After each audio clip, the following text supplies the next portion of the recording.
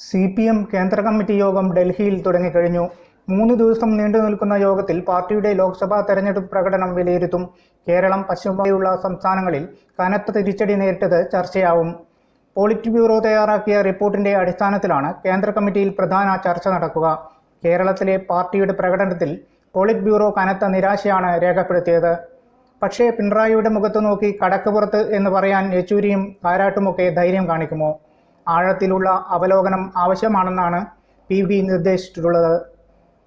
പിണറായി സർക്കാരിനെതിരായ ഭരണവിരുദ്ധ വികാരം തിരിച്ചടിക്ക് കാരണമായോ എന്നും പാർട്ടി പരിശോധിക്കും. മുഖ്യമന്ത്രി പിണറായി വിജയൻ മാറുമോ എന്ന മാധ്യമപ്രവർത്തകരുടെ ചോദ്യം സീതാറാം യെച്ചൂരി തള്ളാതിരുന്നത് നേരത്തെ തന്നെ ചില അഭ്യൂഹങ്ങൾക്ക് വഴിവെച്ചിരുന്നു. ഏതുതരം തിരുത്തൽ വേണമെന്നതിൽ കേന്ദ്ര കമ്മിറ്റി യോഗത്തിലെടുക്കുന്ന തീരുമാനം നിർണായകമാവും. സംസ്ഥാനങ്ങളിലെ റിപ്പോർട്ടും കേന്ദ്ര കമ്മിറ്റിയിൽ വിശദമായ ചർച്ചയാകും.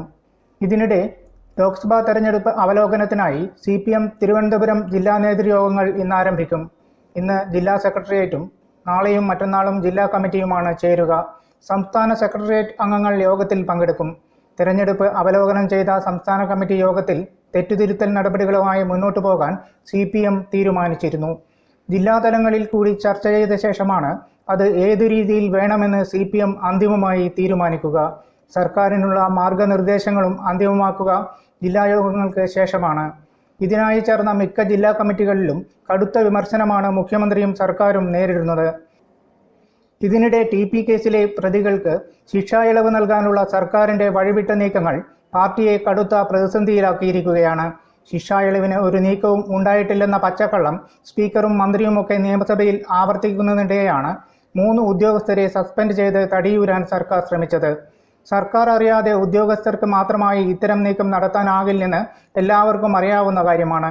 ഉദ്യോഗസ്ഥർ മാത്രമാണ് ഇതൊക്കെ ചെയ്യുന്നതെങ്കിൽ പിന്നെന്തിനാണ് ഇവിടെ ഒരു ആഭ്യന്തര വകുപ്പ്? അതങ്ങ് പിരിച്ചുവിടുന്നതല്ലേ നല്ലത് എന്നാണ് KK രമ MLA കഴിഞ്ഞ ദിവസം ഒരു ചാനൽ ചർച്ചയിൽ ചോദിച്ചത്. News desk, Kannur mirror. ഏറ്റവും കുറഞ്ഞ ഫീസിൽ മികച്ച പ്ലേസ്മെന്റ് റെക്കോർഡോടുകൂടി കണ്ണൂരിലെ number 1 aviation college Airwin academy. University ഡിഗ്രിയോടൊപ്പം ഏവിയേഷൻ, ടൂറിസം, ഹോസ്പിറ്റാലിറ്റി, ലോജിസ്റ്റിക്സ് ഡിപ്ലോമകൾ. Airwin academy, college of management studies, Suhara RK, Arattu road, Kannur. Phone 8138034433.